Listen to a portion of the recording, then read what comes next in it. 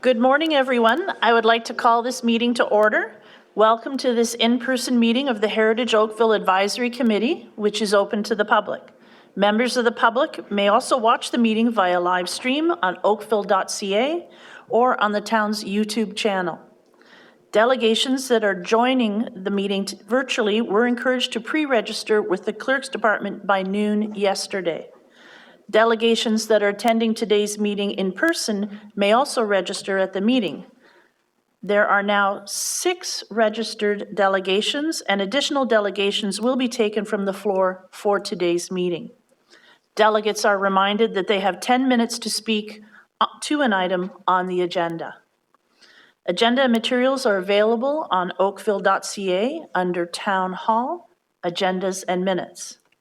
We have 5 discussion items and 2 information items on the agenda today. I would like to remind everyone that we are an advisory committee to Council, and that as such, we make recommendations to Council. Council will consider any recommendations from this meeting on Monday, November 7th, 2022 at 6:30 p.m. Any applicant or member of the public wishing to speak further regarding an issue on the Heritage Oakville Advisory Committee agenda today may appear before Council at this meeting on November 7th.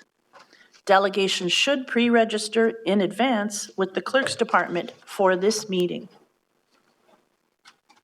I'll now move to the agenda.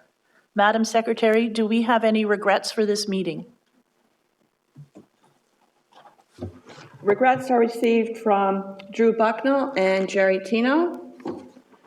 At this time, if I may have a motion to appoint Brenda Sweeney as acting chair for this meeting.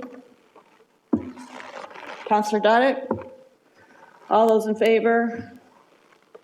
Opposed? Carried? And thank you, Madam Chair. Thank you, Madam Secretary. So now we have quorum and an acting chair, so we're ready to go. I'm happy also to see that George is joining us today virtually. Glad to see you're back, George, and that you're doing well. Thank you. Are there any declarations of pecuniary interest with respect to any items before us today? Seeing none, let's move to the next agenda item. Item 3, confirmation of minutes from the previous meeting, our next, which have been circulated. Are there any comments on these draft minutes? Motion to approve, Madam Chair. Thank you, Councillor Detached. We have a motion to approve. Is there any further discussion? Anyone opposed to the motion? That motion has carried. Thank you. We'll now move to the 5 discussion items. Please note, a revised agenda with additional correspondence regarding item 4.1 has been posted on the town's website. So our first discussion item this morning, 4.1, is with respect to a heritage permit application at 6870 Navy Street, revisions to a rear addition. As a reminder to committee members, a decision on this application was postponed from our September 27th, 2022 meeting at the request of the applicant. At today's meeting, the question before the committee is whether to recommend approval of the requested revisions to the rear of the units at 6870 Navy Street. I believe Susan's going to take us through the first item. After that, I believe we have delegations who would like to speak to this item. Please go ahead, Sue. Thank you, Madam Chair. So we'll just get the presentation open here. And I will take everyone through it. As Madam Chair noted, this is an item that was deferred from the September Heritage Oakville Committee meeting in order for the applicant to actually have time to meet with the community members. And I'm pleased to see that that has taken place. And I would like to sincerely thank the members of the community and the applicant for taking the time to actually do that. And I know that they have some important input to share with us today. So I'm going to take you through the staff presentation. The report that's in your agenda is pretty much the same report that was in the September Heritage Oakville agenda, simply with some dates updated. And so what we're looking at here is a property that we have seen several times. They are 2 semi-detached homes 68 and 70 Navy Street, which are located in the Old Oakville Heritage Conservation District in between William Street and Robinson Street. And so just to take you back a little bit through some of the timeline of the heritage permits on this, back in June of 2017, we first looked at a heritage permit for some fairly significant alterations that involved the addition of rear additions and the alterations to the side garages, et cetera. However, that heritage permit expired in, I believe, June or July of 2019 before construction had started. And so the owner came back in with a new heritage permit, not just to extend the deadline for heritage permit approval, but also to make some revisions in the style of what they had proposed for their additions, making the alterations a little bit more contemporary in nature. That heritage permit was approved in June of 2020. Then, in November of 2021, so just last fall, about a year ago, after construction had actually begun on the work, work had to halt because of the damage that was detected in the stacked plank construction. That's the interior walls of the historic portion of both 68 and 70 Navy Street. And so the owners had to come in and apply for a revision to that existing heritage permit to allow for deconstruction down to the foundations, which they'd already actually shored up and rebuilt through a new heritage permit. And so then the historic portions of that home are to be rebuilt to match the plans that were approved in June of 2020, which is essentially a rebuild with a few extra details that were approved in that heritage permit. In June of 2020. And so what we're here looking at today is a proposed change to the design of the rear addition on both of those properties, 68 and 70 Navy Street, to raise the roof line to create 2 full stories. Essentially, it's actually creating a loft space on the second story interior of the rear addition. There are no changes proposed to the constructed portion of the historic, meaning the front half of the house, and those remain the same as they were approved in the June of 2020 heritage permit. So this is the house before construction started. Actually, this would have been quite a few years ago now. And these are the revised plans that we're looking at that are attached in Appendix B to the staff report in your agenda. And so the previous approval you can see is in the first drawing, and then the proposed increase to the rear addition is evident in the second drawing there. And so I'm just going to take you through the elevation drawings, and then we'll look at the Heritage Conservation District guidelines, which are the guidelines that are in place through the Old Oakville Heritage Conservation District Plan to evaluate the proposed addition. And so again, you can see the previous approval from June of 2020 and what is currently being proposed to those rear additions, and the front stays the same. So I think this is probably the best elevation drawing to actually see how the height of the proposed revisions work, essentially creating that loft space on the second story of the interior of the rear addition. It involves the addition of new clerestory windows, again, in a relatively contemporary style, but matching up with what has already been approved for the lower level windows. And then we're coming around, this is the elevation, the north elevation, so we're looking south. Okay, this is just I wanted to include this drawing in my presentation simply to explain that the images that you're seeing here within the red box are currently subject to a planning application.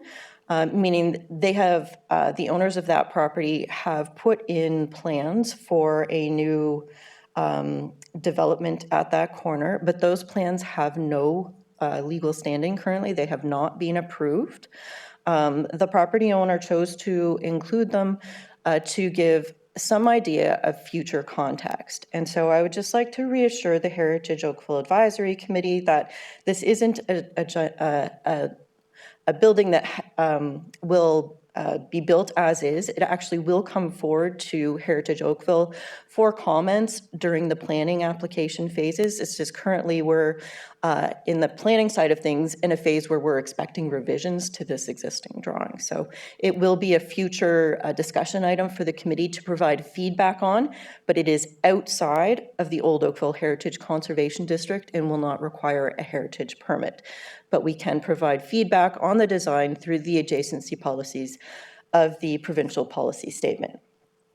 And so what's being shown in these images is, I guess, a guess at what the future could look like with both the, on the top, the previously approved plans from June of 2020 to what is currently being proposed. And I think probably what helps us the most is the illustrated 3D modeling. While you certainly could see in the elevation drawings the impact, or sorry, the actual height of the revised addition plans, when you're actually on street level, the impact should be minimal. And so you can see, certainly there's a slight difference in what you can see from the garage there, and you can see a hint of the rear addition, but from the main views along Navy Street, it's staff's opinion that the view is not significantly impacted. Here we are coming around to the rear of the property. So again, you can see what was previously approved and then the rear addition that is currently being proposed with the interior lofted space on that second story.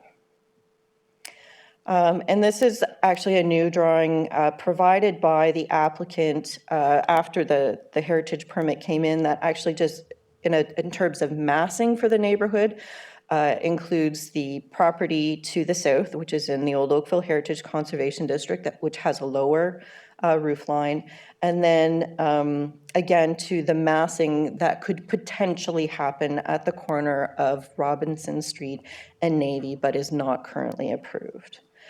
I would note that the zoning for that property, which is outside of the Heritage Conservation District, does allow for greater height than what is permitted within the Old Oakville Heritage Conservation District. And so these are the guidelines of the Old Oakville Heritage Conservation District Plan. I think we all know that these guidelines have served us well in the past, but do lack some clarity in what actually can be approved, especially considering the modern guidelines that we've been looking at through our more recent plans in downtown Oakville and even First and Second Street. And so really what we're looking at for this revision is that first bullet point. The scale and height and mass be compatible with surrounding buildings to ensure visual connectedness and existing sense of scale. Well, I would note that it is always our preference that additions to the rear of heritage buildings be lower. That is not an absolute requirement. Staff do feel in this particular case that the raising of the rear roof addition up to 9 meters is actually generally compatible with the surrounding area. The increase in height is permitted within the zoning for this area. There are no variances required. Staff feel that the impact should be minimal at the pedestrian level on Navy Street. And as I noted, the adjacent property does have a higher zoning permission for heights, 12.6 meters. And I think it is certainly, we should certainly anticipate that something will happen on that site in the future. And it isn't unreasonable to start looking at the transition from outside of the district down into the Heritage District, but staff would also note that that is something that we are looking at for the property outside of the district at the corner of Navy and Robinson Street, and how that building will transition down to the heritage buildings within Old Oakville. So by no means am I saying that the transition between the two is the responsibility of 68 to 70 Navy Street. It's just something that we can consider in terms of visual connectiveness. And so the staff conclusion is that we find it to have the proposed revisions, that is, to have a minimal impact on the character of the Old Oakville Heritage Conservation District and adjacent properties. And we are recommending that the revisions be approved, of course, with the final details on those doors, windows, and cladding to come back to Heritage Planning staff for final approval. This is a carryover from the previous Heritage permit approval, and that the Heritage permit expire 2 years from the date of final approval by council. So I am happy to answer any questions that the committee might have, but I would also note that the project architect is here with us today, and he may have some valuable information to share with the Heritage Committee, in addition to staff's comments that may impact the committee's decision-making. Thank you very much, Susan. Are there any questions from the committee before we hear? Councillor Dudek. Thank you, Madam Chair. Through you to staff. I guess I have concerns with several things. One is you have indicated that staff have supported it based on minimal impact. I seem to recall on the 2nd Street property, staff referencing that if something is in the public realm in the rear, that it should have more attention given to it. And I'm thinking now more on Water Street, looking back up to the property and thinking it's huge compared to what it was before. And I personally thought what we had previously approved had already stretched beyond what I normally would see as supportive, in my opinion. Just a question. I guess I have a problem with referencing, and I don't know if it's yourself or it's the applicant who is pulling in the property on the corner there in terms of giving it context. Given that we have no application, and given how long this application has bounced one time after another, I don't feel we should be referencing that because we don't know. There's no formal application, and it may be going through similar reiterations going forward.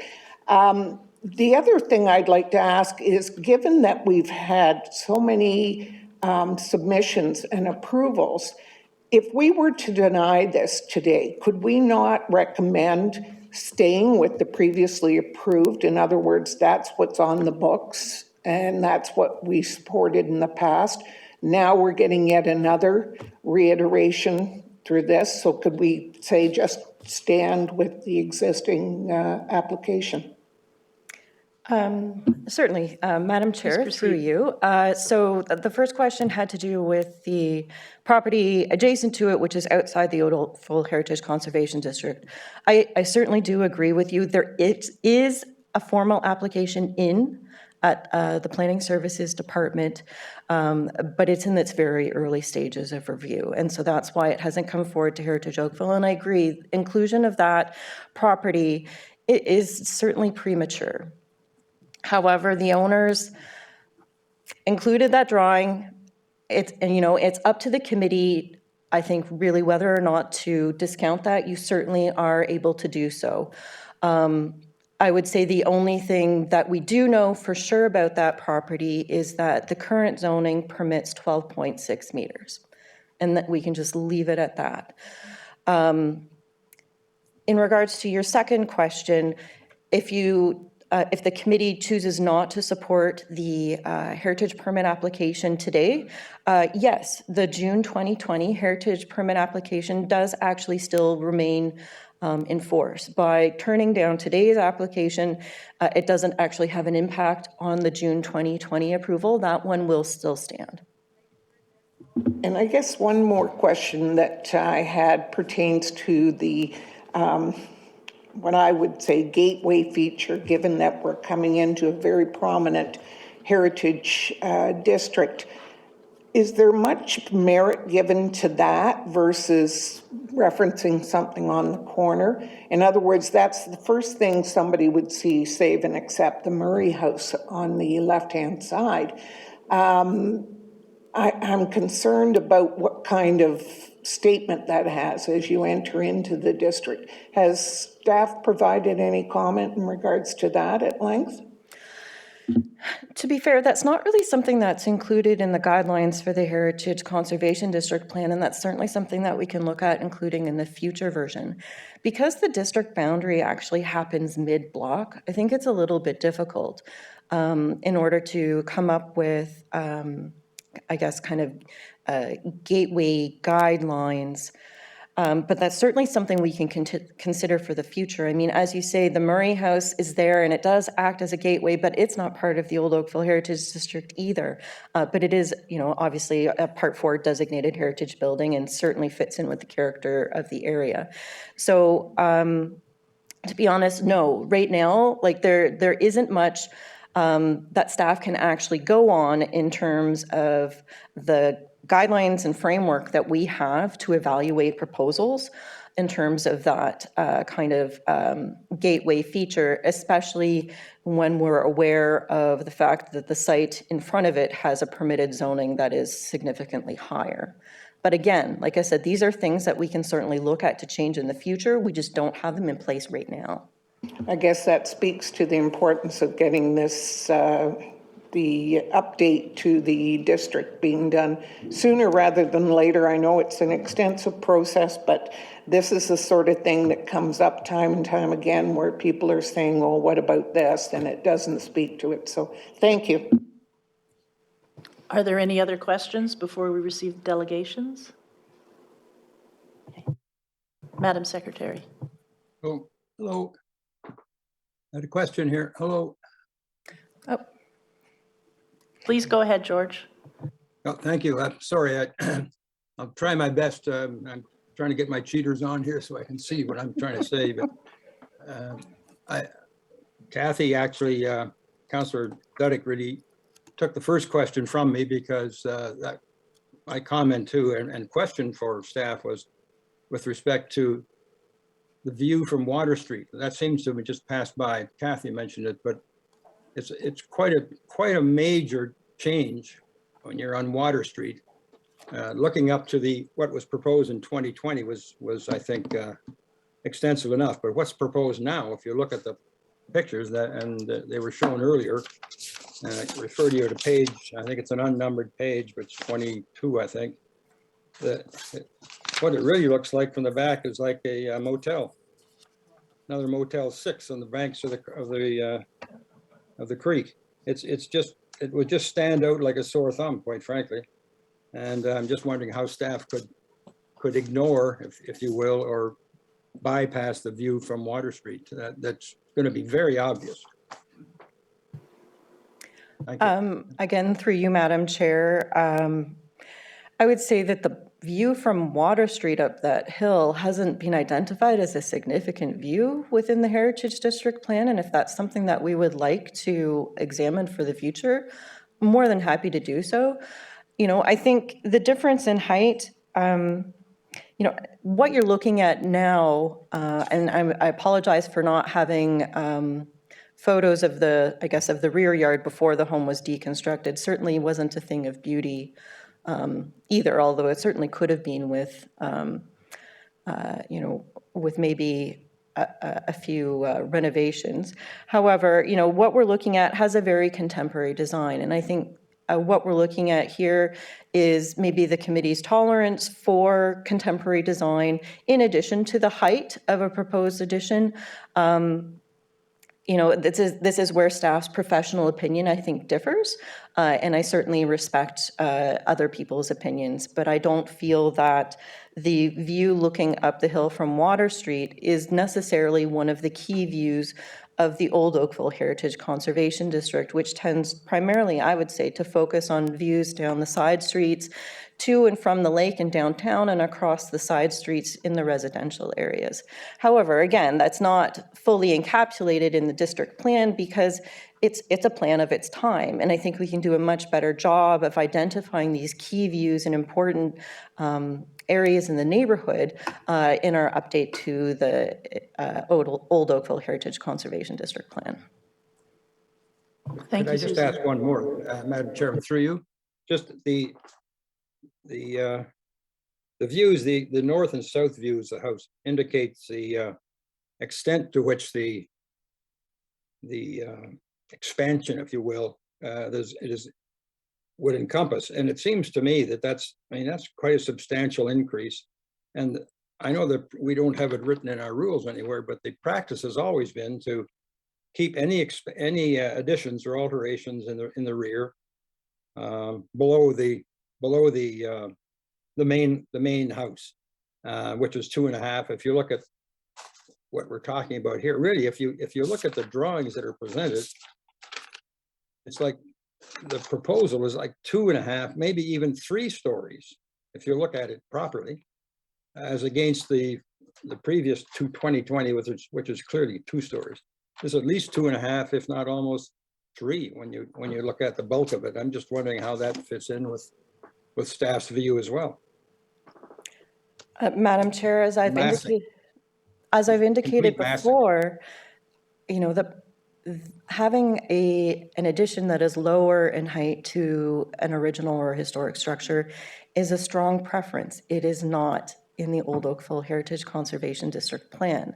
And that's something that we need to be aware of when staff is formulating their professional opinions, which need to be defensible in front of provincial authorities such as the Ontario Land Tribunal. You know, certainly if I felt that the addition was too high, I would say that in my report. It is a difference in opinions, and it is my professional opinion that the proposed revisions do not contravene the guidelines of the district plan, and that the impact should not be, you know, in my words, should be relatively minimal, but certainly others are always able to disagree with me. Thank you, Susan. Thank you, George. Carrie? Through you, Madam Chair. So I attended the pre-con, which now seems like a very long time ago. And there were 2 things that stuck out to me at that time. One was the alleyway was extremely narrow, and the other was the overlook on the property directly south. I had thought that the proposal that we had agreed to originally, I guess in June of 2020, was a compromise between the neighboring relationship to the house to the south. I think this proposal, I think to some degree ignores those concerns that were raised at the pre-con. Sorry, Madam Chair, was there a question? Oh, okay, all right. Just to make sure. Thank you. Are there any further questions or comments from the committee? Madam Secretary, can we proceed to the delegations?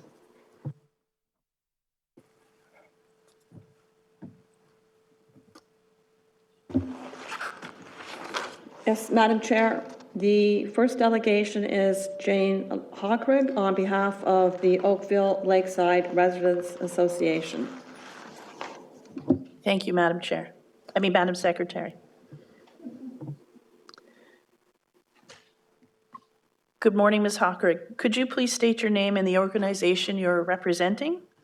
Good morning, Mr. Chair. Madam Chairman, should I call you? Chair is fine. Members of Heritage Oakville, my name is Jane Hockrig, and I live at 65 Navy Street. and I've been authorized by the president of the Oakville Lakeside Residents Association to delegate on this matter on behalf of the association. I am a member of the OLRA, a former past president, and worked with a group of 5 members of the board on this matter, including the meeting with the applicant's agent. Thank you. You may proceed, and the floor is yours for the next 10 minutes. Okay, so could we just, before you start by 10, make sure I know how to operate this properly?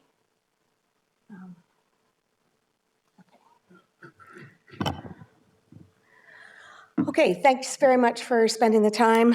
This presentation is meant to be supplemental to the detailed OLRA submission that was sent to the town clerk on Friday, October the 14th for distribution to the committee.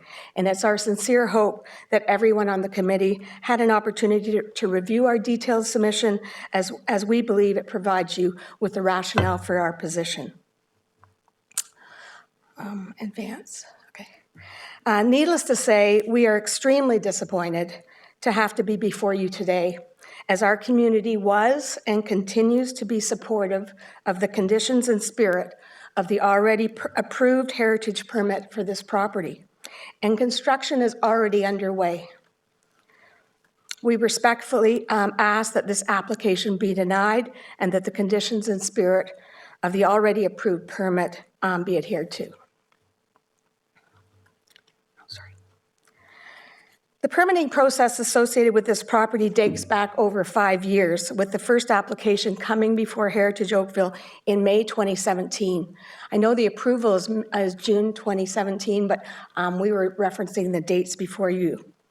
And you'll see that the proposed renovations and additions were maintaining scale and character of the existing building and community. Heights not increased, proposed additions are set back from the face of existing and lower in height. That was the rationale by the applicant, and we felt consistent with the guidelines in the Heritage Plan. Then in May 2020, with the 2-year window permit conditions expired, the applicant came forward with an updated proposal for additions that were more contemporary in nature. And while some of us may have preferred the more traditional style of the 2017, the community supported this new proposal, as what was proposed was appropriate. It continued to be set back from the front of the heritage building. The height had not increased. It was aligned in our mind with scale and height in terms of the previous. The demolition of the heritage part of the building was clearly a disappointment. However, once there was an understanding of the extent of the degradation, again, the community was supportive, as the commitment was made that no visual change would be made to what was proposed and to be built. With construction underway, everyone looked forward to having this finally complete. And then we get to today. A proposed change that we don't believe is appropriate for this heritage property or compatible with the character of the district. The change that the applicant is seeking is to increase the height of the building by 5 foot 2 inches across the full length of the 59-foot double house. 5 foot 2 inches is more than 20% of the current height. To add, I can't say it, the windows at the back, but those windows face Water Street, a public place that's visible. It's our understanding that the June 2020 permitted design planned for 9-foot ceilings on the first floor and 8.5-foot ceilings on the second floor, with the attic space removed so that further additional height was available. This is very typical heights that you see in 1.5-story buildings in the Heritage District. It's not considered low by the real estate industry, as suggested by the observation in the staff report. At the time of its approval, the June 2020 design was described by the applicant as consistent with heritage guidelines, maintaining the 1.5-story exterior height for the entire structure and thereby maintaining appropriate scale and character. The change the applicant is now seeking will result in a 14-foot vaulted ceiling on the second floor addition with an average of 12-foot overall on the interior of the addition. On the exterior, the addition becomes a 2-story structure attached to a 1.5-story replicated heritage portion with the appearance of 3 stories from Water Street. We'd also note that the drawings submitted for September 2022 indicate that the height of the garages facing Navy Street have also been raised slightly. This was not noted in the application or in the staff report. It's very difficult for us to understand the rationale for this change at this point in time. Construction's underway. There's no change in the footprint. It's very disappointing that both the applicant and the staff report views from 2017, 2020, and 2021 in terms of our Heritage District guidelines for change and comparatives seem to be thrown out. Our position is based on 3 key points. First of all, we would argue that 6870 Navy Street is an important historical property. Not only due to its stacked plank construction and the significance of the Hageman family that lived there for almost 90 years, but also where it sits, its prominence and gateway to the Old Oakville Heritage District. This is it on the right, and it's also part of historic Navy Street and backs onto the historic Water Street. The experience of our district, and I know you've all walked down there, it's a pedestrian experience, and scale is really important. The change that will happen in this property will send a very significant signal to residents and visitors about what heritage means to us. The proposed change to the roof line is an increase of 5 foot 2 inches. It will be highly visible. And despite all the pretty pictures of the pedestrian scale, I would urge this committee to pay attention to the elevations. The elevations tell a very different story in terms of its visibility. Interestingly, the additional picture we got from a pedestrian perspective would only be seen if you were actually sitting on my private property, lying down on the grass and looking up. I would argue that pictures that show what's actually going to happen if you're walking on the sidewalk down Navy Street from the east, the Murray House, or coming south, looking up from water, will be very different. Our second view is about the consistency with which we apply heritage guidelines, both their intention and their well-established practice. As you all know, height and mass are critical elements that impact the look and the feel of a built structure and significantly contribute to the overall character. What is proposed is not consistent with our guidelines, both their intention and their practice that this committee has approved. The next slide illustrates other examples in this district, and I would tell you there are many more. In the middle is what's proposed as approved, and which we support. The other ones are all buildings that have had additions approved by this Heritage Committee and Council, where they've respected the scale, the massing, and the height. And our third point is about the choice of comparable properties. We contend that it is not appropriate in any way to use properties outside the district as a basis for comparison. Both of these cited properties by staff and the applicant are not appropriate. They're part of the transition zone. This property, 68 to 70, is not a transition property. It's within the Heritage District. And so the Murray House, love it. It's right beside our house. I think it's 12 meters. Does that bother the transition from our to our house? I don't think so. So let's kind of think about what we're doing in terms of our transition properties. The south side of Robinson Street has been a vacant lot for 20 plus years. So trying to suggest that that is an appropriate comparison for this application, it just daunts me. There are more appropriate and comparable residential properties right within the district. And if you look at it on the left, on the top, those are pictures from the 1970s Canadian inventory of 64 Navy Street and 6870 Navy Street. They're almost like twins. What's being proposed today now erodes that relationship between those two buildings and sends an inappropriate signal to the entire community. 115 William Street, which is just around the corner, and viewed as one of the oldest buildings in the property, will be dwarfed. And then, of course, there's our property on the left, Navy Street. Our house is 23 and a half feet high. 53 Navy Street is 25 and a half feet high. If I'll go back, 64 Navy Street is probably about 23 feet high, and I don't know. I don't have an architectural measurement for 115, but I'd hazard to guess it's not 25 feet high. All of these are 1.5 stories, all properties that we live in. So in conclusion, through our understanding of the Old Oakville Heritage Conservation District Plan, our detailed analysis of the context associated with this property over several years, In our consultation with the agent for the applicant, we do not agree with staff recommendation for approval of this, and we respectfully ask that the application be denied. The conditions and spirit of what's already approved go ahead so that this place can get built. Thank you. Thank you, Ms. Hockrig. Are there any questions for Ms. Hockrig from members of the committee? Councillor Giddings. Thank you, Madam Chair.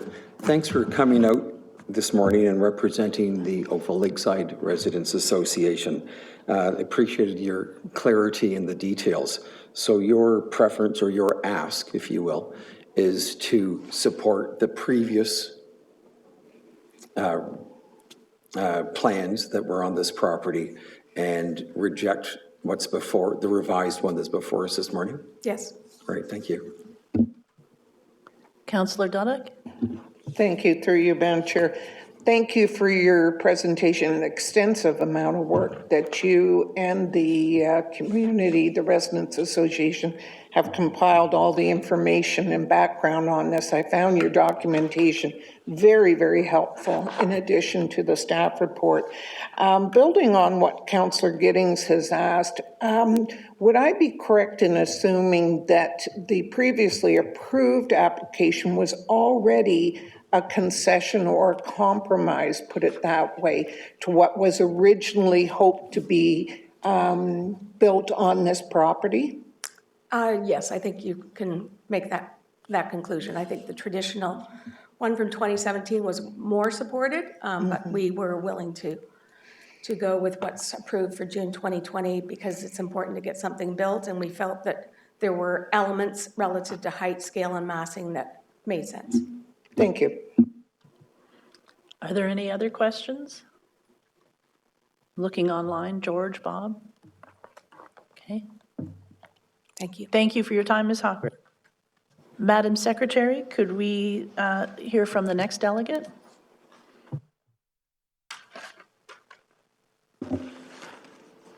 Madam Chair, we have Rick Madeleine, the agent for the property owner, and Trish McTavish. So not sure if you want Rick to go last. Sure, why don't we hear from Ms. McTavish first, please? And Trish McTavish is with the Oakville Lakeside Residents Association. I have nothing to say at this time. I have to put my name down in case I have a question. I was told that I had to put my name down to delegate. But I think Jane has very eloquently and thoroughly stated our case. And I just hope that the committee will seriously consider how important this is to the Oakville Lakeside Residents Association. Thank you. Thank you for your comments.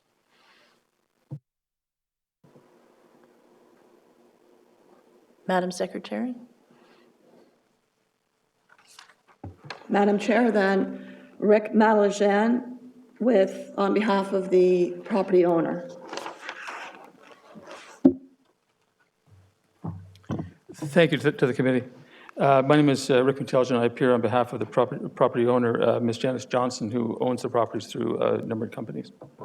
I have some hard copies of some drawings here, one of which the committee has seen, and a couple of which the committee has not seen.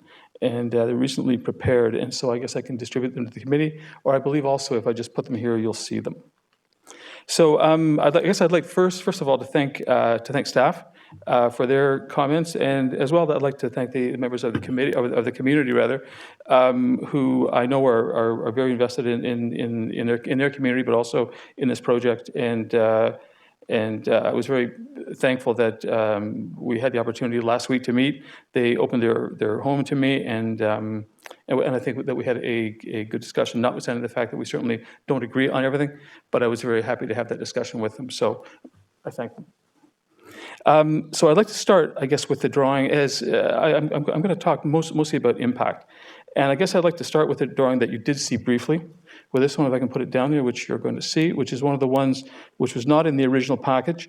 This was one that we prepared for the benefit of the community. because there was question about what the impact of this was going to be from a greater distance. I'm not quite sure how the idea came about that, in fact, this was taken from a position of lying on the lawn. In fact, if you look at the road, you can tell that, in fact, they're looking down at the road. So this is taken from a typical 5-foot viewing angle. The implication was that the proposed roof was going to be something that was going to be very dominant. And I guess I'd like to go through the reasons why we believe that it's not dominant, and take you through the design and the way that we've stepped it, and the way that we've angled it, and the way that we've taken measures to limit the way that it would be seen from the street. So what you're seeing here is you're seeing a perspective that's taken from far back. This would be a distant perspective that someone walking along the street, in fact, as was noted, even off the street, would see. Effectively, what happens is that the existing roof Mr. line Madijan, can I ask you to is right pause there. for one moment? Yeah. Could I ask the AV to focus on the full image so that we can see where Mr. Madijan is referring to in his drawing? Thank you. Perfect, okay. So I've drawn this more, okay. So effectively, the existing roof comes through there.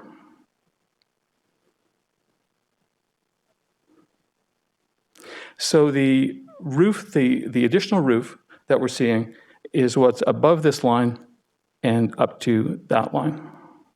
So the roof that we're talking about here, and as was noted, to minimize the impact from the side, this roof was also raised slightly. But the roof that we're effectively talking about, the roof that takes it from its existing height up to the 9-meter height, is this roof right there. So that, in terms of the long perspective of the building, that's the roof that we're talking about. And that really is a true representation of what you would see standing on the street. So the idea that the character of the heritage part of the building, the part which is being reconstructed, the idea that the character of that element of the building is being impacted, I challenge. I think that in fact, this is a distant roof that slopes away from you. You're not seeing the gable on the side. You're seeing shingles up there that are behind that first row. It's something where you have the one angle and then the one behind it. So while the impact in terms of the elevation, which you're never really going to see, and I'll come to that shortly. But in terms of the actual impact on the street, the impact that you're going to see is a distant roof behind the main roof, and it would be my opinion to the committee that in fact that will not be a significant element on the street, and that will not be a significant element in taking away the heritage character or nature or value of the existing building or of the community. I'd like to also point out that in terms of the design of that roof, and again, when you see the elevation, which I'll just go to very quickly, when you see the elevation,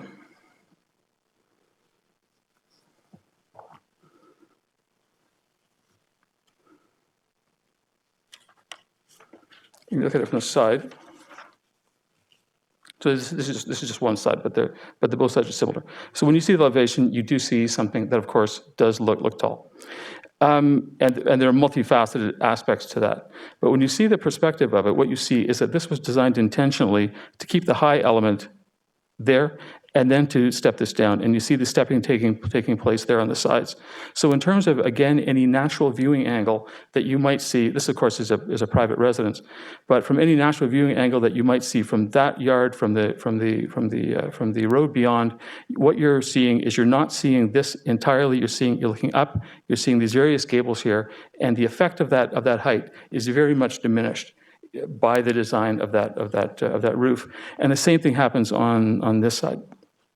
So this was very much designed, and we can see it as well on the rear elevation. This was very much designed to take those gables and take those roof elements and to stagger them back so that from any natural viewing angle, they would not appear to be just a wall. I'd like to also now comment on what has been raised as being an issue, that being the view from the rear. Now, first of all, staff is very correct that while the district plan sets up and talks about nodes and talks about views and so on, it does not raise this as being a significant view, the view from the rear. It does not raise that as being a significant view. It's, of course, a view across the parking lot. And it will be, in the fullness of time, the view of the side of the development to the north. Because of the concern that was raised, though, about that, we decided that we would do another perspective showing what the view from the rear would be. So that's the view from the rear. So once again, as staff has pointed out, this building is something which there is, my understanding is there's a full site plan application for that building. So that is a real live project. It clearly will change through time. But generally speaking, I think we can agree that whatever gets built there, it may morph in some measure, but whatever gets built there would be something similar to that massing. So you're seeing now the view from the rear. So you're seeing the view across the parking lot. You're seeing this building. You're seeing the existing building at 64 Navy Street there, and you're seeing our rear elevation. Now, what I'd like to propose to the committee, or what I'd like to show to the committee, is a little bit of a different design. We did hear the comments that were made by the committee, sorry, by the residents rather, about the rear and their concern about the height. So we opted to, I show you on this drawing, I can show you on another page here. We have prepared some alternative drawings where we have taken, let me show you here, where we have taken and we're proposing now to the committee to take the roof, this roof, and we've dropped this roof by 30 inches. So we've now lowered this wall by 30 inches. In the committee's package, there's a space that runs through here. We've brought the roof down, changed that roof pitch, and we have eliminated that space. And that's what you're seeing. Let me go back to the perspective from the rear. And that's what you're seeing in that perspective. And our position would be that, in fact, that is, considering the fact that this is not a major view into the heritage area, considering that by any scenario, the rear portion of the building was going to be lost and was going to be covered. Oh, sure. Take them all. Thank you. Sure. Thank you. Considering that by any scenario, the heritage value of the existing rear part of that building was not significant, was going to be lost by this addition. We believe that, in fact, this is not inappropriate, especially considering that, as we've indicated, and we're not making the argument. We're in no way attempting to make the argument that, in fact, this is some way transitional to that proposed new building. But we, at the same time, can't pretend that that new building or something like it isn't going to happen. So we believe that in that context, that is in fact reasonable, and we ask the committee to consider the option of reducing that height at that rear part of the building. Councillor Giddings? Don't mean to interrupt. I just have a question for please. staff in terms of process. I'll wait for Susan to hand materials out there. So am I to understand that this is a before unseen proposal or a modification to the plans that are before us? This is a before unseen, yes, correct. No one has seen this. This is something that we changed. This is something that we decided that we would propose to the committee following our meeting with the community last week, where they identified the view from Navy Street as being a particular concern. All right, I appreciate the clarification. Madam Chair, could we ask staff, if this is a different proposal, should this be deferred again to get feedback from staff? Totally. Susan? Thank you, Madam Chair. So, in the past, the committee has allowed walk-ons of minor revisions to be considered as an alternative. What I would say right now is that this hasn't been evaluated through a full staff report, certainly for sure. And if that is, certainly desired, that can be done. I would say in staff's quick opinion, a reduction in height can only be a positive thing, but staff certainly do not waver from their original position of supporting the revised application. Do I have problems with what is proposed in this alternative sketch? No, I don't. It's something for the committee to consider, and if they wanted to consider it, as a compromise solution, they could provide their own recommendation to council or not. If they feel that they need more time to look at something like this, that is certainly up to the committee to decide. Thank you, Susan. Councillor Giddings, a follow-up? I'd like to thank staff for that. The public process is important with the Heritage Advisory Committee. And while I appreciate the residents' time that have come out today, my preference would be to defer this to allow a proper report back from staff and the ability for the community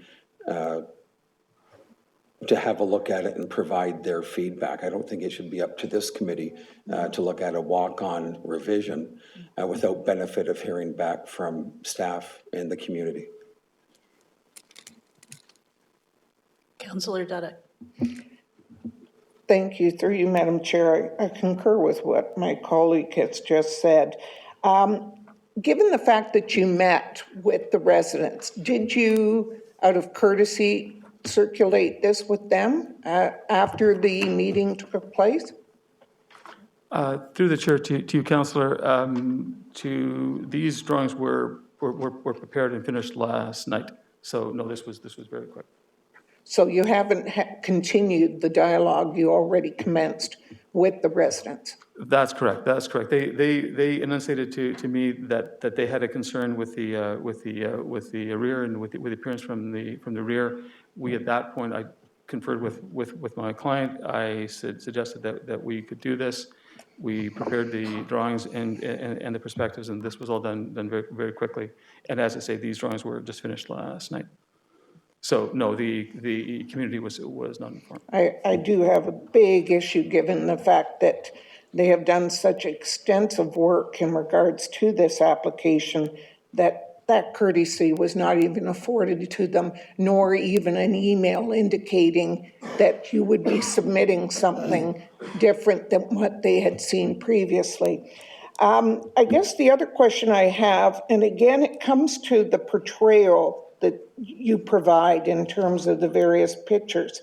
When I look at page 23 of our agenda and I see the currently approved drawing, and to the right of it, the one with the increased height, which again, I have a real issue with the way it's being portrayed because it doesn't even look like anything's changed, okay, from the angle it's being done. But I do look at the garage, but then I look at the drawings on the previous page, and there is a clear delineation that that's also higher at the back of the garage. Is that correct?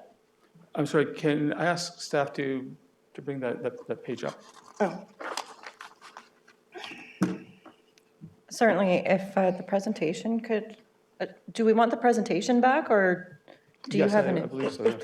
Okay, yes. Oh, I'm looking at this one, okay? Yes. That one is the one that I'm referencing for the drawings, and then the following page has the, what shall I say, pictorial.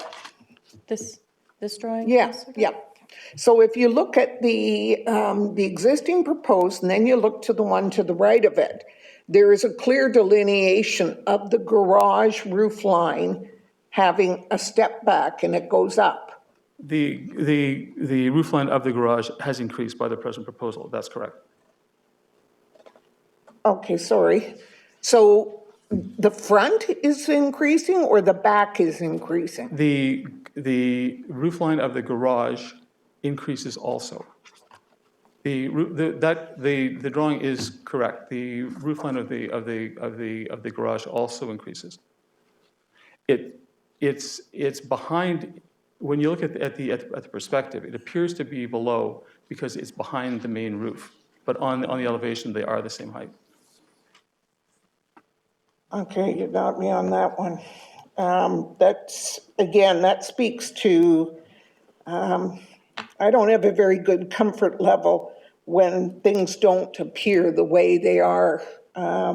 So the roof line has also increased on the garage. So we're not just dealing with the main building at the rear, you're now saying the roof line on the garage has gone up. Yes, it has, slightly, yes. Have you lowered that at all in your most recent renderings? No, oh, no, they're correct. If I ask staff to go to the image that compares the renderings, the proposed and the recent, and the proposed and the most recent renderings. Or the proposed and the previous renderings. Oh, you want the renderings? Yeah. There.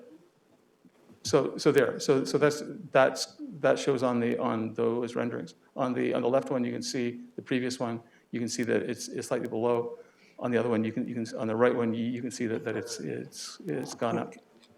Okay, so my question is, then definitely the garage roof has also increased, Yes, it has. but you have not lowered that back to what it was previously, correct? Like you've said, there's been amendments or revisions as of last night, the night before the committee meeting, regarding your roof lines. The revision that I proposed only revised the rear. It did not revise the front. That's correct. Okay. I guess also, and I do support Councillor Giddings, if I understand where he's leaning in terms of deferring to provide the public sufficient opportunity. I really strenuously express my disappointment the way it's been handled. I guess because this has gone through so many reiterations, okay, over time, what is the justification? Because I sometimes need to understand, and I know we don't deal with the interior of the building under the heritage bylaw. What is the rationale when it was fine before and now it's not, and now you need additional height? Has the owner changed on the property? No, it's the same owner. No, there is no. It's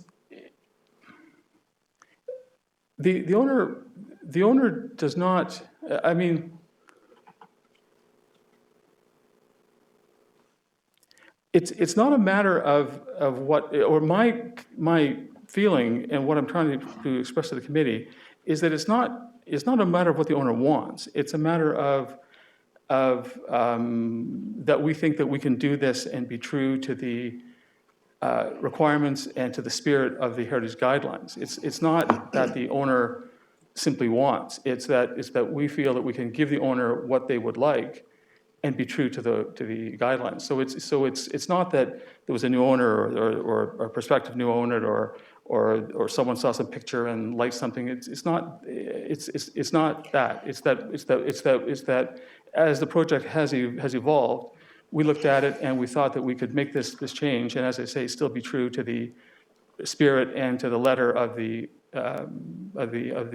district plan, and that's what we're asking the committee to consider. Oh, okay, with all due respect, what I'm trying to ascertain, and you did mention it, was the fact that it's what the owner wants, okay? And what I'm trying to ascertain is what is it that they want now that was different than what they wanted with the previous proposal? The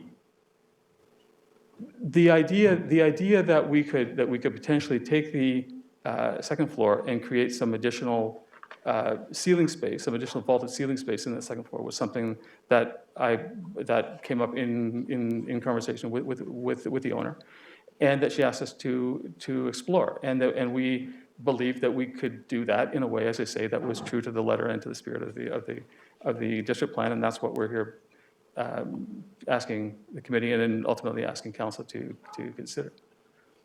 Thank you. Are there any further questions? Susan, you'd like to respond? Are there any other questions? Thank you. Madam Chair, this is simply a procedural recommendation, that's all. I understand that, or what I'm hearing is that some members of the committee would like to have more time for staff to explore and provide a revised report on the alternative. Rather than a deferral, it would be my recommendation that the committee vote on the application as it stands right now, and should the owner like to come in with a revised permit again, they are always able to do that. We don't have a number of times an owner can apply for something, you know, that's not a limit to them. And so I would say, you know, given that there appear to be more questions raised by the alternative that's been put forward by Mr. Meteljan today, that the committee, of course, it being up to you, I mean, if you did want to consider it, you certainly could, but instead of a deferral, I would say vote on the proposal that's before you today in the staff report in the official agenda, and if the applicant so chooses, they can come forward with a new application for the revised plans. And it's simply to deal with timelines under the Ontario Heritage Act, because the 90-day process will run out on December 1st. And if we defer this to the November meeting, which takes place on November 28th, it would not receive council's decision-making process by then. So that's simply my procedural recommendation for the committee to consider. Thank you, Susan. Mr. Meteljan, do you have any further comments or are there any further questions of Mr. Meteljan at this time? I have no further comments, thank you. Thank you. Councillor Giddings, are you asking a question of Mr. Meteljan? No, I'm not. Or to go to committee for discussion? No, thank or a you. I've motion? got a motion for the committee. Thank you, Mr. Meteljan. Thank you. Thank you. No, I appreciate staff's input on that, so I'd like to revise the motion or the recommendation that the heritage permit application, all the details, be denied, and strike A and number 2 from that motion.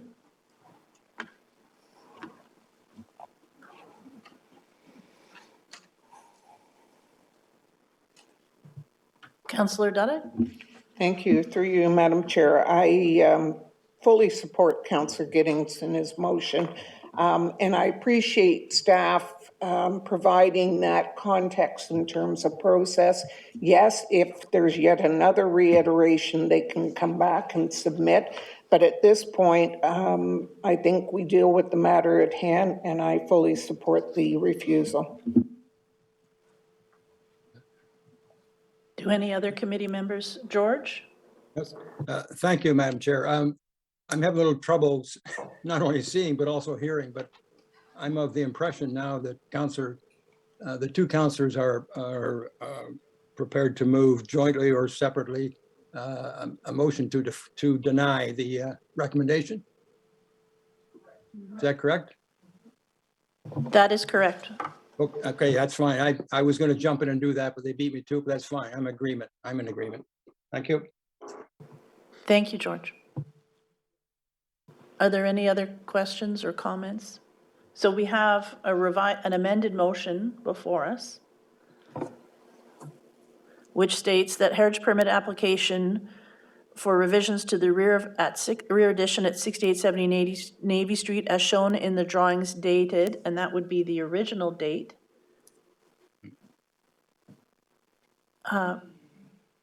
Correct? That would be the original date of.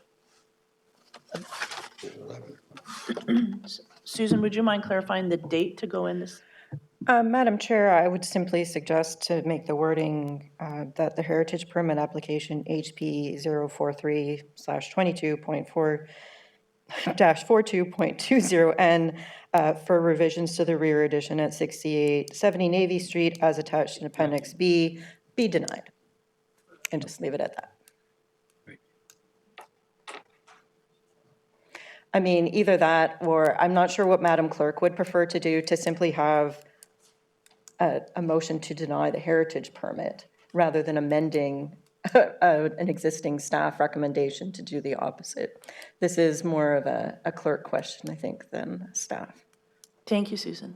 Madam Secretary? Yes, Madam Chair, it is the staff recommendation, so the appropriate motion by the committee for deferral is just as Councillor Giddings had suggested or put on the floor. To qualify, there is no recommendation to defer. There is no Sorry, no, deferral. They are looking at denying the Yeah, it was application. staff's recommendation, so the committee has a new motion. It's not a recommendation. The committee's motion is for deferral. No. Sorry, It's to I'm deny. sorry. Oh my gosh. Sorry. To deny the application. Counselor Gedding, as has indicated, to deny the application. Sorry, I meant denied.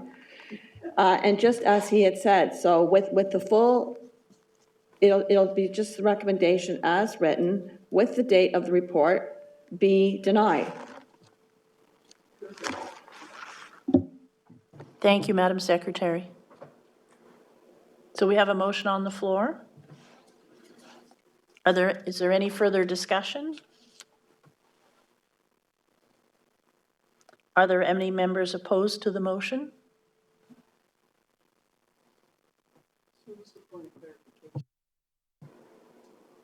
Are we denying the staff recommendation, or are we voting on Councilor Giddens? We are voting on Councillor Gidding, so we are voting on a revised motion to deny. Sorry, just for clarification, it's not even a revised motion. You're just voting to deny To the deny staff. the application as submitted. Yes, deny the application. To deny the application.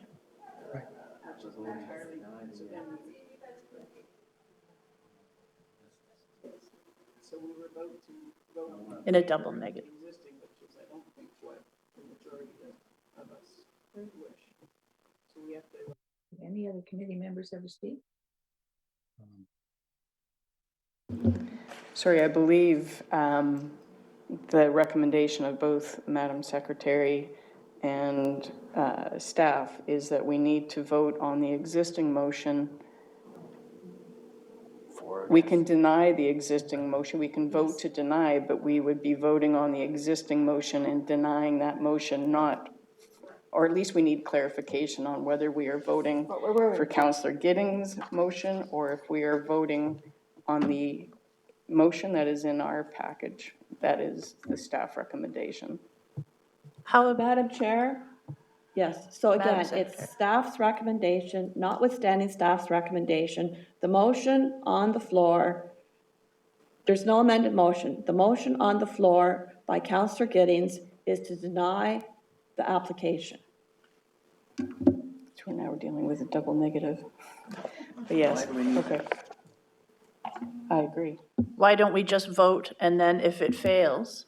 Yeah, Madam Chairman, why do we need a separate motion? We can just agree with the staff recommendation or disagree. But it is creating a double negative, they're correct. So it would be better just to let the motion, bring the motion forward and let it fail, correct?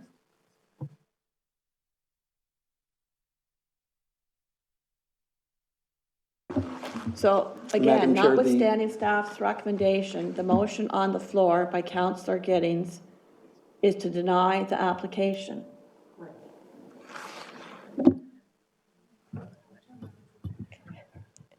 If I may, no one has moved the staff recommendation from the Heritage Committee.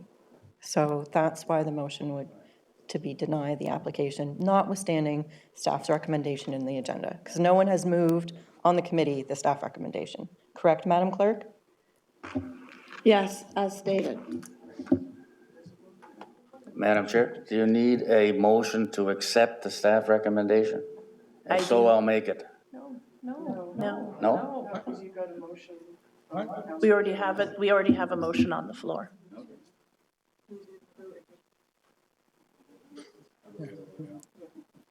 George? Madam Chairman, surely the motion is to deny the staff recommendation. Period. Correct. That's what I would move, or if Dave would prefer to have it, that's the way it should be. That's it. Okay, Period. so I will read the motion into the record as described, and then we will vote on that motion. If the motion is not correct, we will have to amend it. So, Madam Secretary, can you confirm that the motion before us is the heritage permit application HP 043/22-42.20N for revisions to the rear addition at 6870 Navy Street as attached in Appendix B be denied? Right. Exactly. Yes, Madam Chair, that is the motion on the floor by Councillor Giddings. Okay. So all in favor to deny the application? I see 4, I see 6. The motion carries.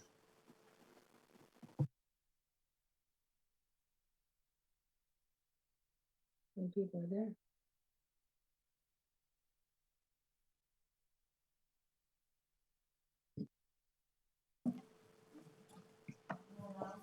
We will now move to item 4.2, a heritage permit application for 415 Trafalgar Road. This application is for the replacement of a rear addition and detached garage. It is a request for a modification from a previously approved heritage permit application. Carolyn, I believe this is your item? Yes, thank you, Madam Chair. Ooh.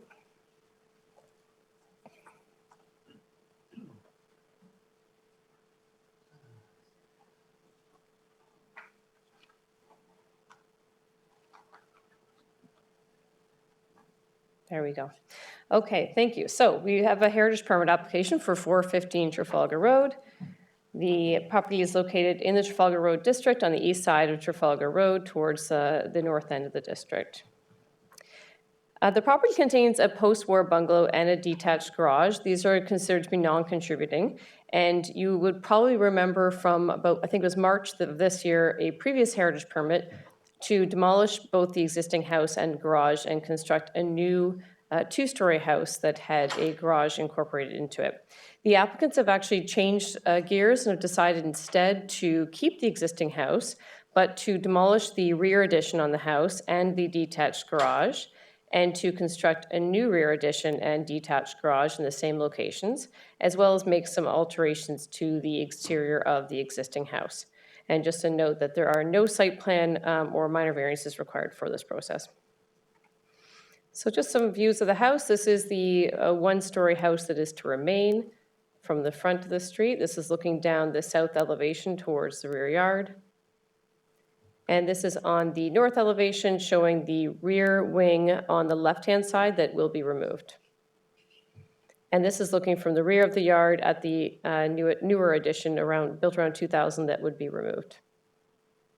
And here is a detached garage to be replaced.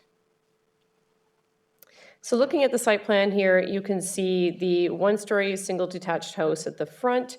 And there is a dotted line here showing the existing rear wing of the house.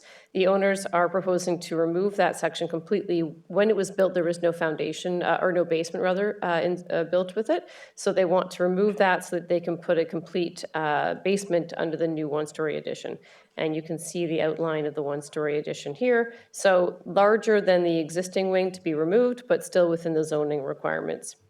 And the new detached garage, again, you can see is in the same location, slightly shorter, but somewhat wider to be able to accommodate a modern sized car.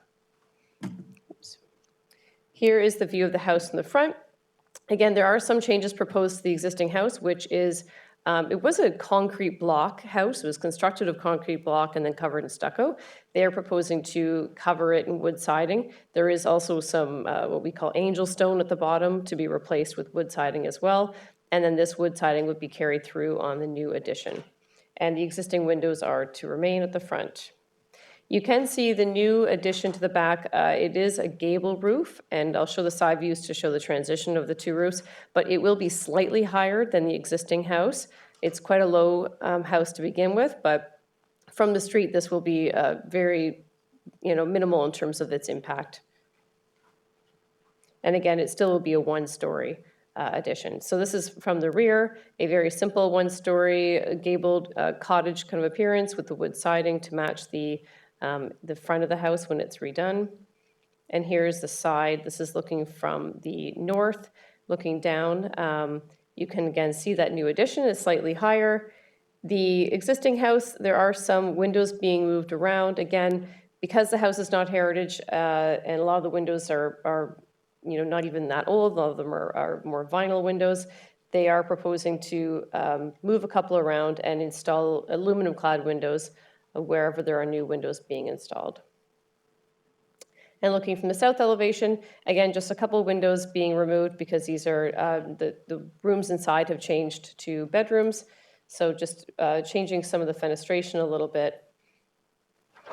And here is just showing the roof plan and how the new addition will link into the existing house. And just the elevation drawings for the garage, a rather simple single-car garage with a gable roof and wood siding to match the house. And there's just the floor plan. So again, there's no impact on heritage attributes since the property was already considered non-contributing and they have approval already to demolish the house and the garage. So in this case, they're only going to be demolishing the rear wing and the garage. The new addition and garage have a simple design. The materials are in keeping with the district plan. The new addition is slightly higher, but very minimal impact from the street. Again, it's quite a low house. So in these cases with a one-story, they are keeping, again, a one-story form on the new addition, but just giving a little bit more height in the backyard, or in the back addition, rather. And no minor variances required. So the staff recommendation is that the application be approved, subject to final details on cladding, windows, and doors being submitted to staff for final approval. And I believe we have the owner joining us as well today. If you have any questions, I'm happy to answer them. Thank you very much, Carolyn. Are there any questions from the committee before we hear from the delegation?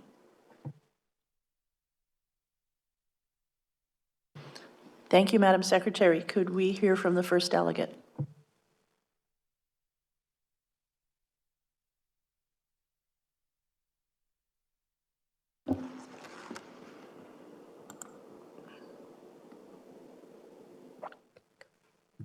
Through you, Madam Chair and Madam Clerk, I know they were just going to be there available to answer any questions, so I don't think they have any presentation. But. Thank you, Carolyn. Yes, Madam Chair, it is Mitchell and Jennifer Easton.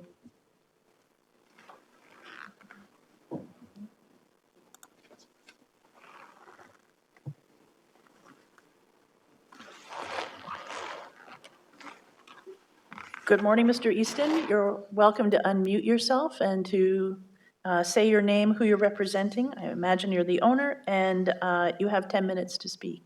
Thank you. All right, I got joined in as a panelist, so it takes me out and then brought me back in. That's why I missed a piece there. Yeah, I have nothing to add. Carolyn summed it up very well. Unfortunately for us, budget is really what impacted our decision to go from a new house to a rear addition. As Carolyn mentioned, although the roof line is slightly higher from the street, we don't see a big impact, and it's really just the current ceiling heights in the existing house are quite low, and so in the new addition, it's trying to get that bigger and more open living space. So, but other than that, I have nothing to add.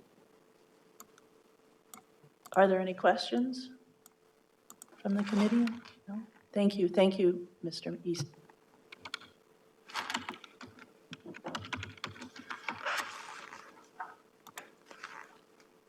So now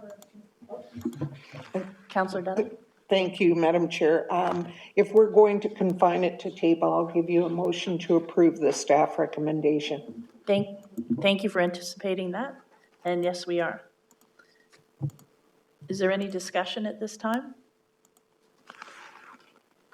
Okay. Seeing none, we have Councillor Duddock's motion to approve the staff recommendation as circulated. Are there any opposed to the motion? Seeing none, the motion has carried. Thank you very much.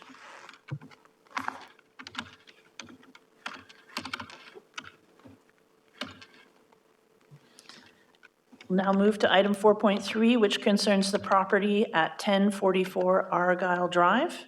The question before the committee is, should the property, which is currently on the Oakville Register of Properties of Cultural Heritage Value or Interest as a listed property, be removed from the registrar? Carolyn, I believe this is also your item. Yes, thank you, Madam Chair.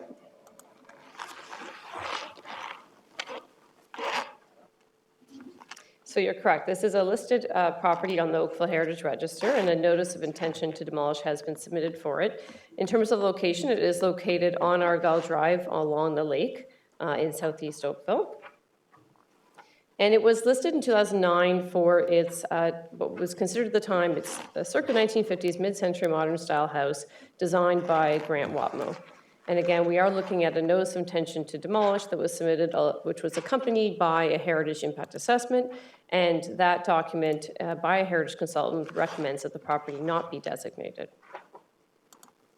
I'm just showing a few images that are all in your package in the Heritage Impact Assessment. These are some of the earlier photos of the house from the late 1950s, possibly early 60s, after the house was constructed. And here are some photos of the house today. This is looking from the driveway. You can see that it was the carport that was previously there. It's still there. It was filled in with garage doors, and that's the front entrance here. Going around to the side and the rear of the house. This is just, again, showing the roof of the house, and from the rear, you can see there's a pool. It was designed originally as a U-shaped house so that it had sort of two long corridors down each side, wrapping around an amenity space in the rear yard. And again, just showing some of the details from the construction of the building with the long bricks. A later addition of a bay window. So in the heritage assessment, again, which you have in your report, this is just a brief summary of it. In terms of the assessment using the Ontario Regulation 906, the heritage consultants looked at the design and physical value. And while they believe that there is some merit for the property as an early example of a modern residential design in Oakville, it was felt that this value was diminished due to exterior alterations that were removed or altered some of the original features. Again, those are listed in the document, but they include things like changes to some of the exterior cladding, some to the windows, changing the carport to enclosed garages, adding bay windows to the front and the rear, and changing some of the front entranceway features. And so it was also felt that there is no high degree of craftsmanship or technical or scientific achievement. And then looking at the historical associative portion of Ontario Regulation 906, there were some limited associations found with James C. Floyd, or Jim Floyd as he was known, who worked in the aerospace industry. He did own the house, it was built for him, and he was there for 2 years. And there were also associations, of course, with the designer and architect, Grant Wapmo. The heritage consultant felt that the building no longer reflects his architectural style, and that the association was not significant enough to merit designation for this reason. And finally, contextual value, there is, in the impact assessment, it does state there is some limited value for the physical links of the property to the natural topography and the lakefront location and how the house was constructed into that existing landscape. But it was not considered to be significant to the larger community and not a landmark. So the overwhelming feeling from it by the heritage consultant was that there is some limited heritage value. The building is unique, but it has not, as a modernist structure, has not retained enough of its original features to be true to its original design to merit designation. And so staff have looked at this, and we are relying on the heritage consultant's report. This, we also looked at the property ourselves as well, and the history and the information that we've been provided. Staff are recommending, or are agreeing with the recommendation in the heritage impact assessment, and that is to remove the property from the Oakville Register of Properties of Cultural Heritage Value or Interest, and that prior to demolition, the property owner allow for the salvage of materials from the house. This is a fairly common statement that we use with almost any scenario where there's going to be demolition of a building, no matter what its age is. And a lot of that is just to ensure that materials are saved from the landfill. This is not the case where we're looking for materials that we believe to be of significant heritage value that should be conserved. Otherwise, we could have done that through a heritage easement agreement or through some other form of protection. This is a case where we just want to make sure that materials are saved from the landfill where possible. And we do have the heritage consultant here as well. I'm happy to answer questions, but I believe they would be able to answer questions specifically to their report. Thank you, Carolyn. Are there any questions, Councillor Detached? Thank you. Could you just go over what alterations were taken on the existing building? Sure. And maybe if I can get the PowerPoint back up, it might help. There are some more of the images are in the Heritage Impact Assessment itself. But I'll look at some of the older images at the beginning.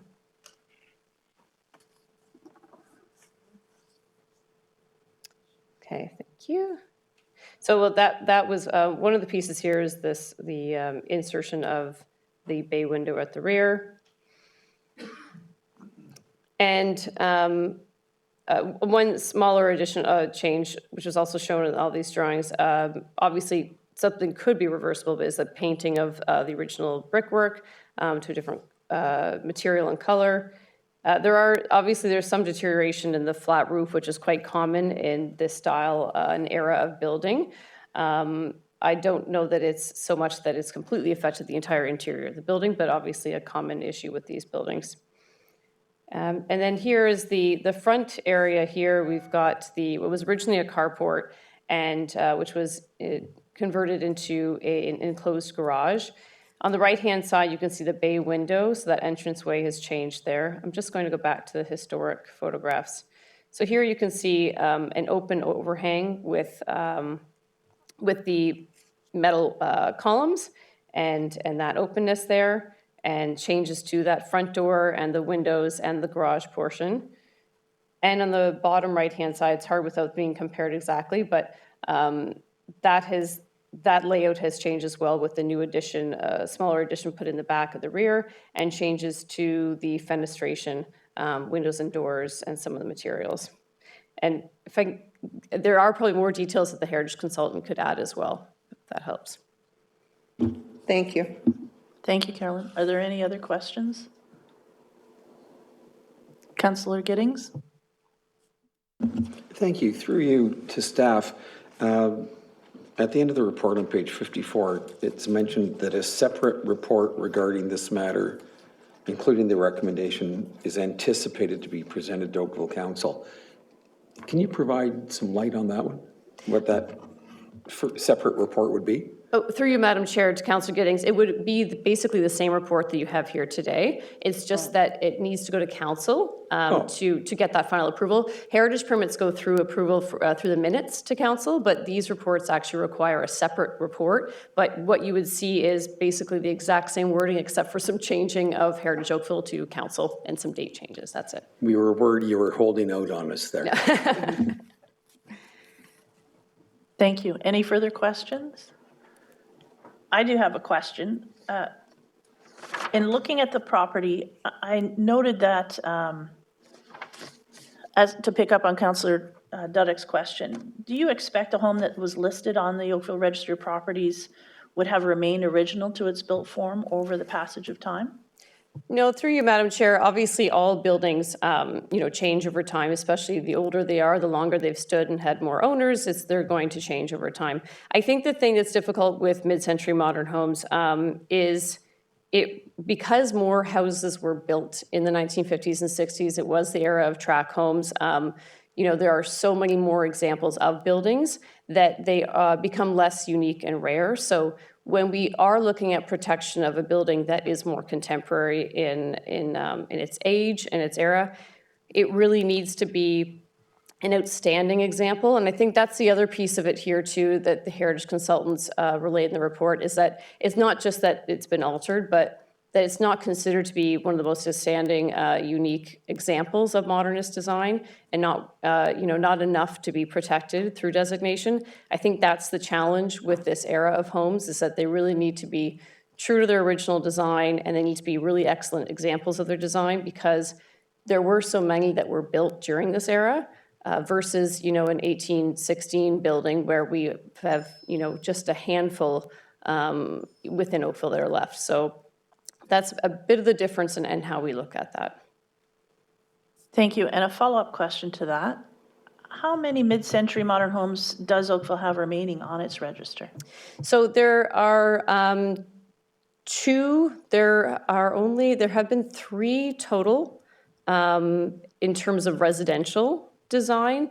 There are a couple more that are commercial design, and like the former library, the post office that the town owns, and But in terms of residential design, I believe there's only 3 that we found that were unique enough to look at further and require being listed to give us that chance to look at them a little bit more in depth.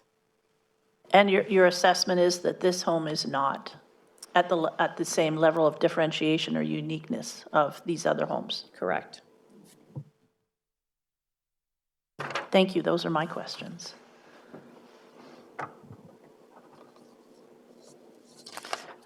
Madam Secretary, do we have a delegation for this item?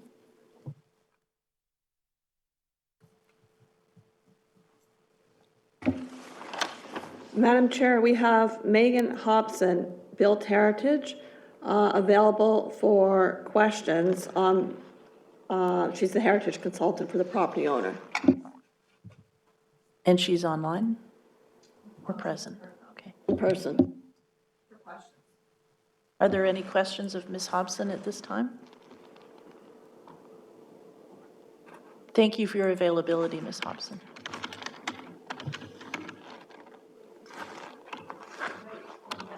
We're now confined to the committee. Is there any discussion at this point? Councillor Giddings? Madam Chair, I appreciate the comments from staff that there are only 3 mid-century modern properties remaining in Oakville. And that as they're, I believe you said as they're demolished, it becomes more, it's difficult to keep the ones that don't fit, and the remaining ones become that much more important. So that's another topic for another day. I find the act is ambiguous from the province in terms of the definition of, and that this property doesn't meet that. The history is fascinating on the property. It speaks to the history of Oakville in this area in particular. And it's unfortunate, but I will move the staff recommendation. Sorry to see another one go, so I think we're gonna have to move forward on those 3 that may well be considered significant. Thanks, Madam Chair. Thank you, Councillor Giddings. Is there any other discussion? So we have a motion to approve the staff recommendation as circulated. Is there anyone opposed to the motion?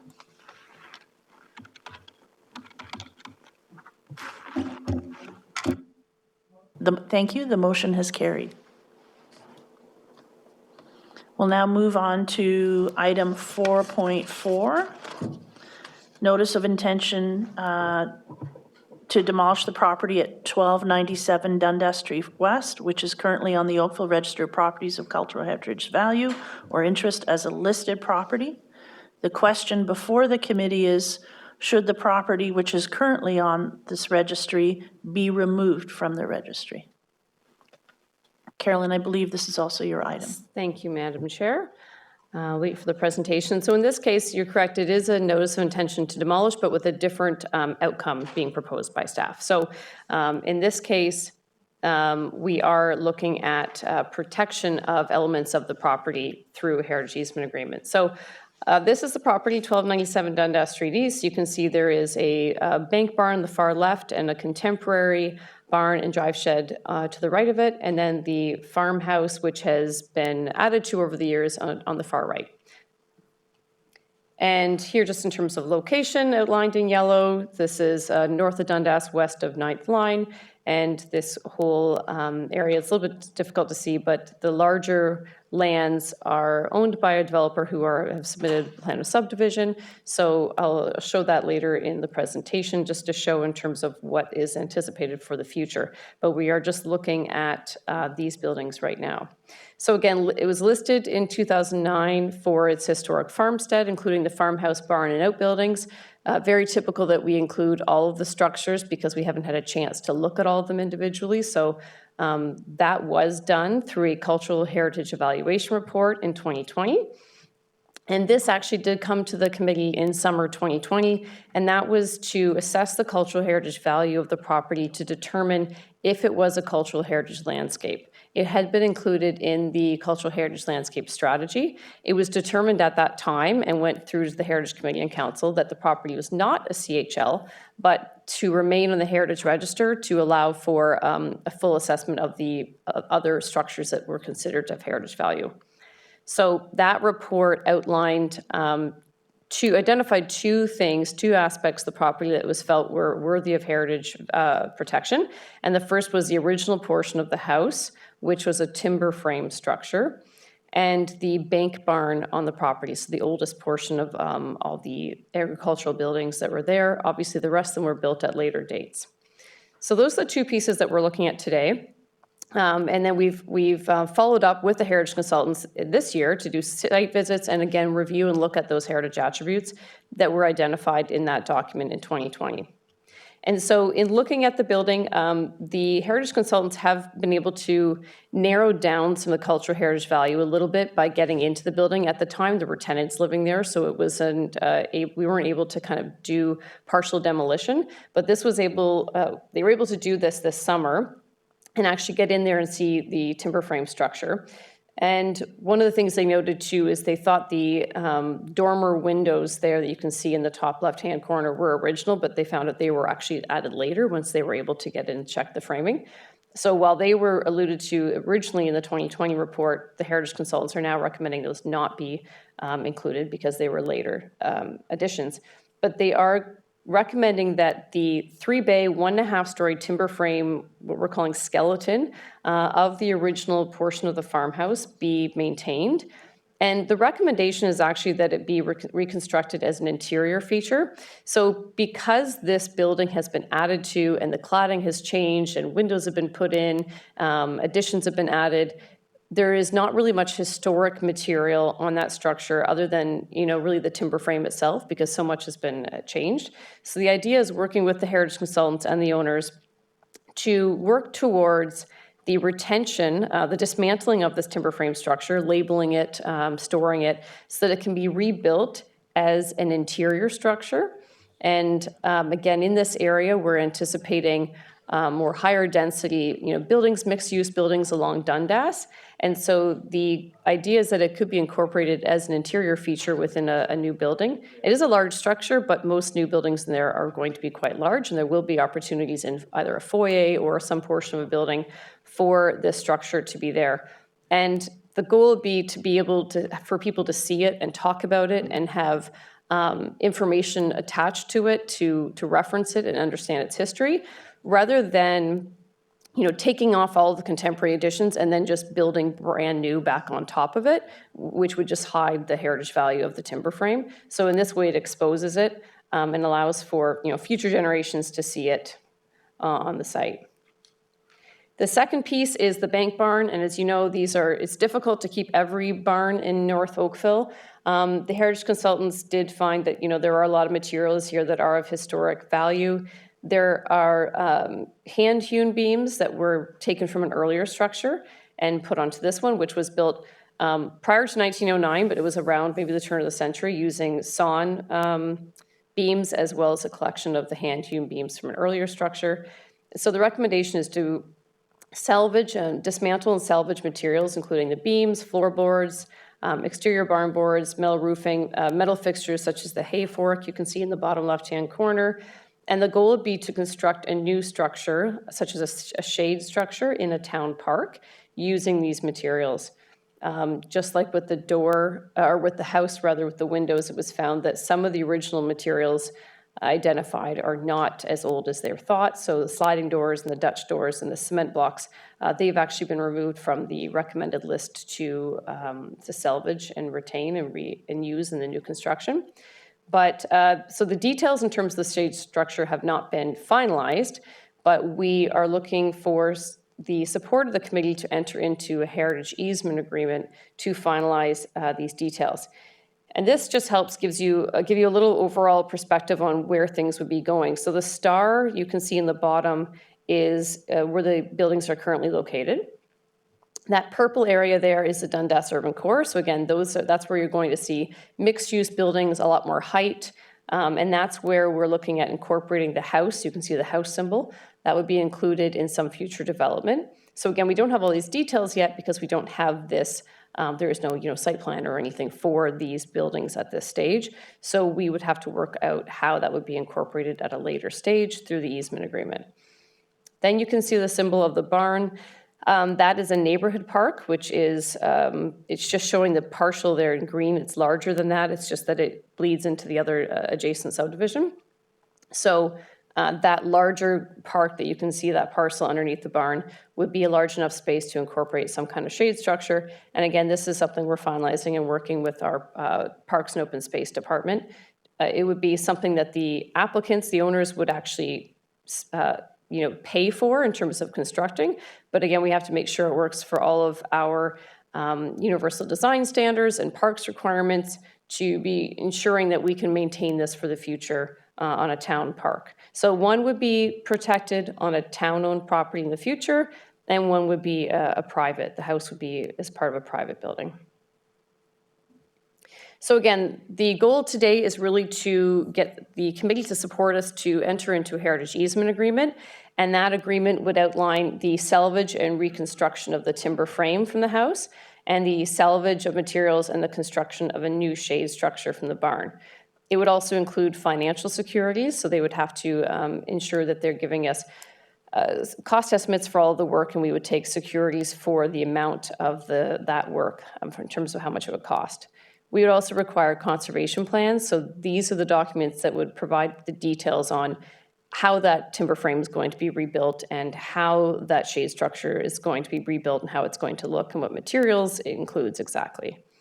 And we will also require some sort of historical plaque or something that allows for that interpretation in the future so people know what they're looking at.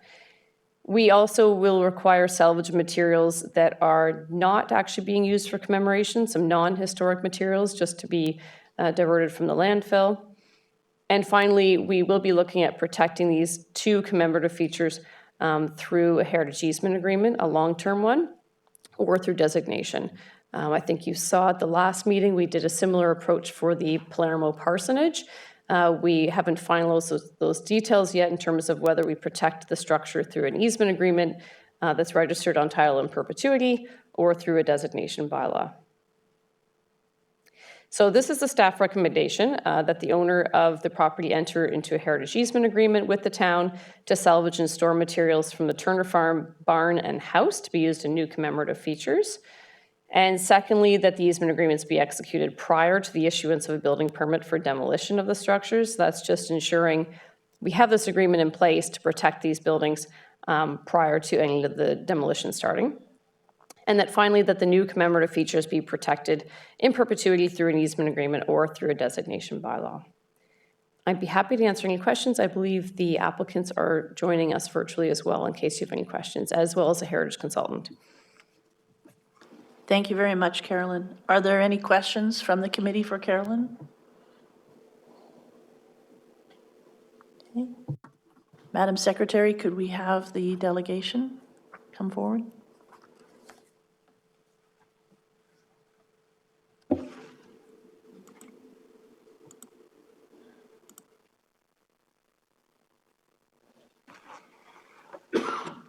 Madam Chair, we have Amy Roberts with Argo, virtual. Thank you very much, Madam Secretary. Ms. Roberts, you're welcome to speak to any comments that you may have to add on what Carolyn has said, and you have 10 minutes. Thank you. And you'll need to unmute.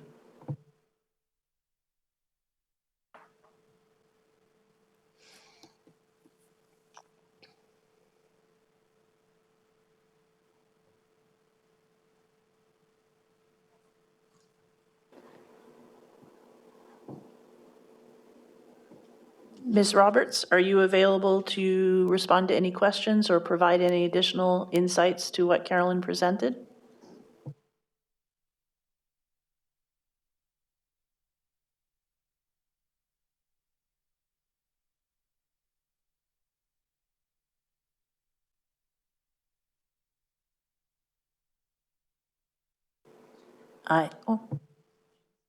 She's about to speak.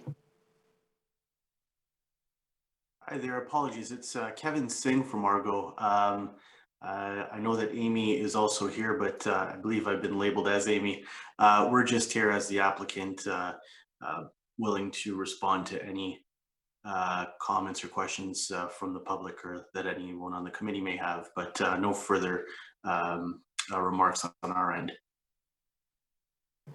Thank you very much, Mr. Singh. With that, we'll confine the question to the discussion to the committee. Any discussion? Could I ask for a motion to approve? Councillor Giddings? So we have a motion to approve the staff recommendation as circulated.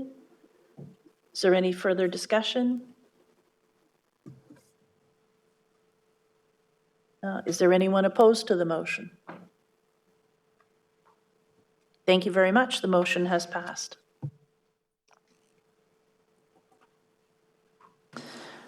For item 4.5, I would like to highlight for the committee that while we have a comprehensive report in front of us today, we are only considering one matter. Should we recommend to remove cultural heritage landscape status for this property and instead designate it as a property of historical, architectural, and contextual value and interest? Carolyn, we'll look forward to hearing your comments. Thank you, Madam Chair. So the property is 1475 Lakeshore Road East. And there's an aerial view of it there. So it is designated individually already. I'll just show you its location. A little bit difficult to see, but in the far right, on the bottom right-hand corner, you can see a bit more in detail. The blue is the house and the detached garage, and you can see the laneway and some of the landscaping, as well as the Wedgewood Creek that crosses through the west side of the property. So again, it was designated in 1991 for the Barnett Griggs House, also known as the Halfway House, and it was later included in the Cultural Heritage Landscape Strategies for its potential as the CHL. And the purpose of this report is to determine if the property should be designated as a CHL or removed from any future implementation of the strategy. And the reason we are bringing this up is the owners are anticipating applying for some kind of development on the site, but it is early days and we don't have an application in front of you, but this allows us to better provide expertise and guidance to the applicants in terms of what they can do on the property. If it was considered to be a CHL, that changes our view of some kinds of alterations in the property versus if it's not a CHL. So this whole report you have before you was really required by staff, initiated by staff to say, let's really look at the property and determine what the status is. Is it a CHL or not? But today, as Madam Chair noted, there are no recommendations related to any kind of future development, even though there is some future development contemplated and assessed in the Heritage Impact Assessment that was attached. We are really just looking at the potential of the property as a CHL. So again, here's the historic house, and it obviously has changed over the years. There, in the 1920s, there was quite a large change to the design. That is what you see today. A lot of renovations done to change the overall style of the house to be, more in keeping with the times in the 1920s.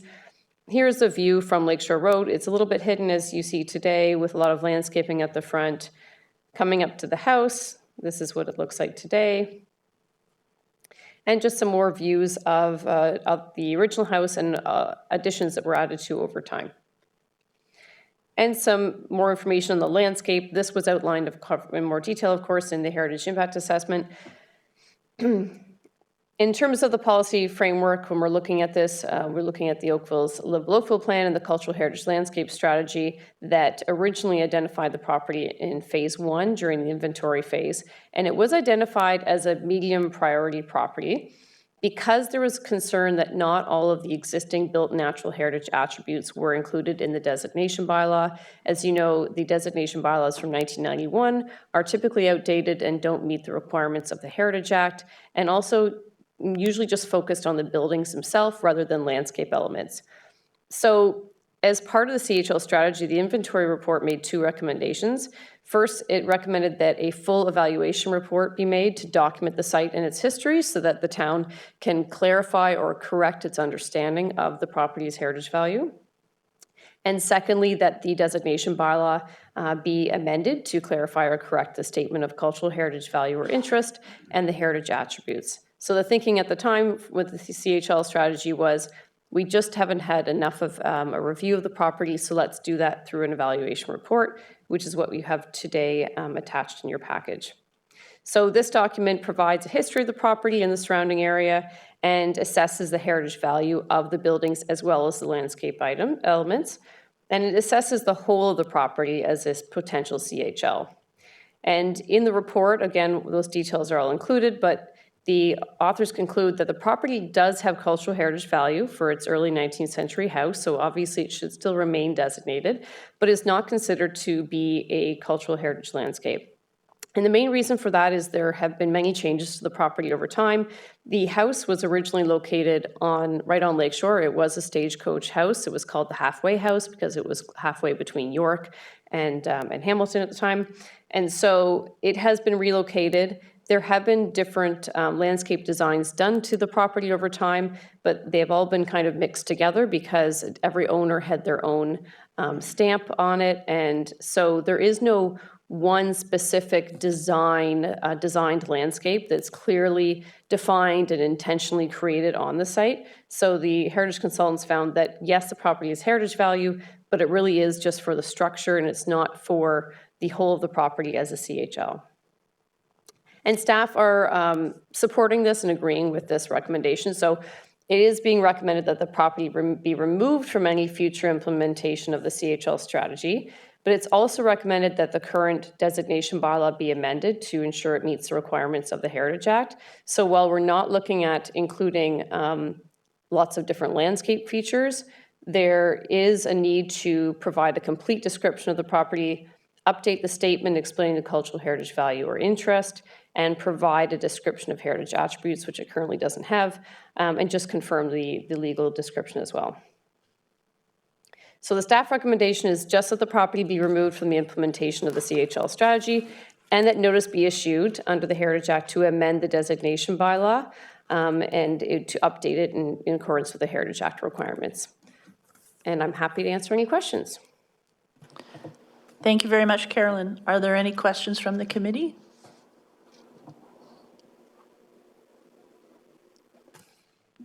Seeing no questions in person or online. Madam Secretary, do we have any delegates for this item? Madam Chair, there are no registered delegations. Thank you very much, Madam Secretary.